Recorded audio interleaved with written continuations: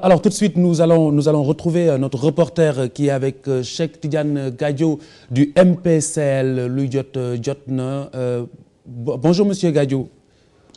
Oui, bonjour. Alors Monsieur le ministre, dites-moi, quelle est votre première lecture de cette adresse à la nation du chef de l'État?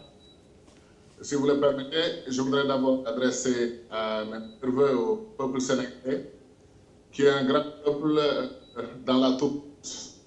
Nous avons entendu aujourd'hui un discours affligé, et je pèse beaucoup. Nous sommes tous habités par la tristesse. Vous savez que j'ai déjà exprimé mon sentiment, que j'avais souhaité que le président Ouad, en ce 31 décembre, puisse réitérer le discours historique du président Senghor et annoncer au Sénégalais sa décision de se retirer. Il n'entend pas le faire pour avoir dressé un tableau de perspective, visiblement. Ça, le président s'est même contredit, je ne ferai pas de bilan. Et après, vous avez vu l'avalanche de chiffres sous laquelle les Sénégalais ont croulé et pratiquement n'ont rien retenu parce que ce n'était pas ça l'enjeu.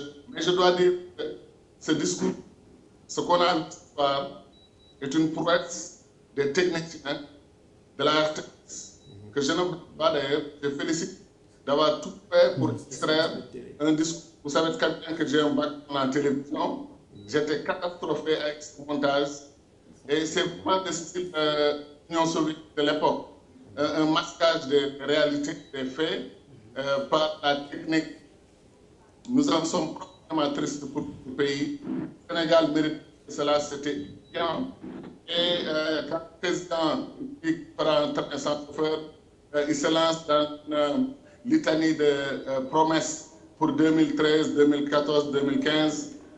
Nous en étions profondément tristes parce que ce qui va se passer en ces années-là, en principe, ne concerne pas tellement le président, sauf qu'il peut souhaiter effectivement beaucoup de réussite au prochain président du Sénégal, qui sera élu en 2012.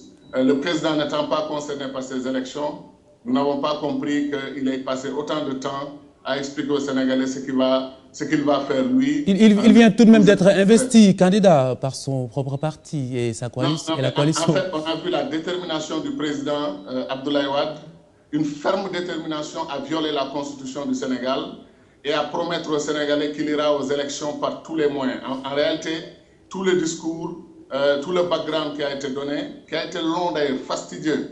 Je ne sais pas si le président des conseils en communication, mais vraiment dans des moments historiques comme ça, vous parlez à votre peuple en 15-20 minutes, vous délivrez un message fort et vous apaisez les Sénégalais, vous les rassurez, mais vous ne venez pas avec un discours guerrier, un discours partisan. Mon ami Aluntine, que je salue, qui est sur le plateau, lui et moi avons eu notre part de voler de bois vert, parce que le président nous a accusés d'avoir fait le tour du monde pour dénigrer notre pays. En réalité... Vous vous êtes senti visé là-dessus? Mais quand quelqu'un attaque un président qui viole la constitution de son pays, et si le président dit que cette personne a dénigré son pays, c'est très intéressant au plan symptomatique et symbolique parce que le président est en train de dire que c'est lui le Sénégal. Nous avons le droit quand même en tant que Sénégalais, si nous ne sommes pas d'accord avec quelque chose, de pouvoir l'exprimer au nom des intérêts de notre pays. Ce que je dois dire, c'est que le M23 a marqué une grande victoire ce soir parce que notre langage de sérénité, notre invitation pour que les Sénégalais acceptent qu'on aille à la paix dans ce pays, qu'on préserve la paix. Le grand combat que mène notre mouvement, le MPCL, Luy Jotna, pour préserver effectivement la stabilité et la paix dans ce pays. Nous avons demandé aux amis de la communauté internationale de faire la prévention de conflits. Mais nous avons entendu un discours guerrier, un discours d'un président avec une voix cassée, fatigué, qui avait des difficultés à s'exprimer et qui laborieusement, sur 1h18, a voulu dire aux Sénégalais qu'effectivement, rien ne l'empêchera de poursuivre sa mission. Le président a droit à la retraite. Oui. Il le sait. Ce qu'on a vu ce soir fait mal, fait triste, et nous n'en sommes pas du tout contents pour notre pays. Alors, donc, Monsieur le ministre, juste pour terminer, aussi bien dans le fond que dans la forme, vous êtes en train de me dire que c'est un discours de fin? C'est un discours qui aurait dû être un discours très joli, très beau, où le président réconcilie les Sénégalais et s'élève au-dessus de la mêlée pour être le président de tous les Sénégalais. Nous avons vu le président d'une partie des Sénégalais contre l'autre partie des Sénégalais. Et c'est tragique. Et quand le président dit aux Sénégalais, il n'y a pas de détenu politique au Sénégal, mais qui va croire le président? Nous avons une pensée affectueuse ce soir pour Barthélémy Diaz, pour Malick Noël Seck, pour tous les Sénégalais qui sont arrêtés ou pour leur opinion ou pour des événements liés à la question politique. Tous les amis du Sénégal à travers le monde prient pour notre peuple. Tous les amis du Sénégal sont inquiets.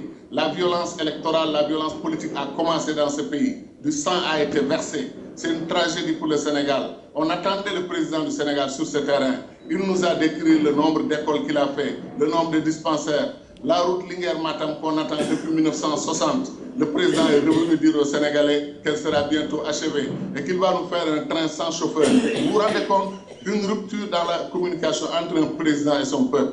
Et franchement, la presse de ce soir, c'est celle de la RTS. C'est la RTS qui a pris un document très long, très difficile et qui a certainement fait un travail immense. C'est un discours de la RTS, ce n'est pas un discours du président Wade. Parce qu'on a vu une coupure chaque 30 secondes, un montage, un arrangement.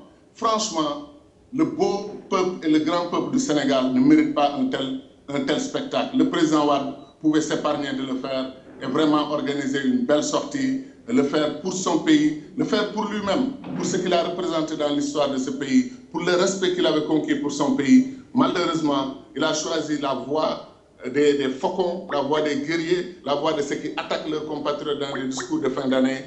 Ce n'est pas un discours de réconciliation, ce n'est pas un discours de concorde nationale. Cheikh Tidiane Gadio du MPCL, je vous remercie.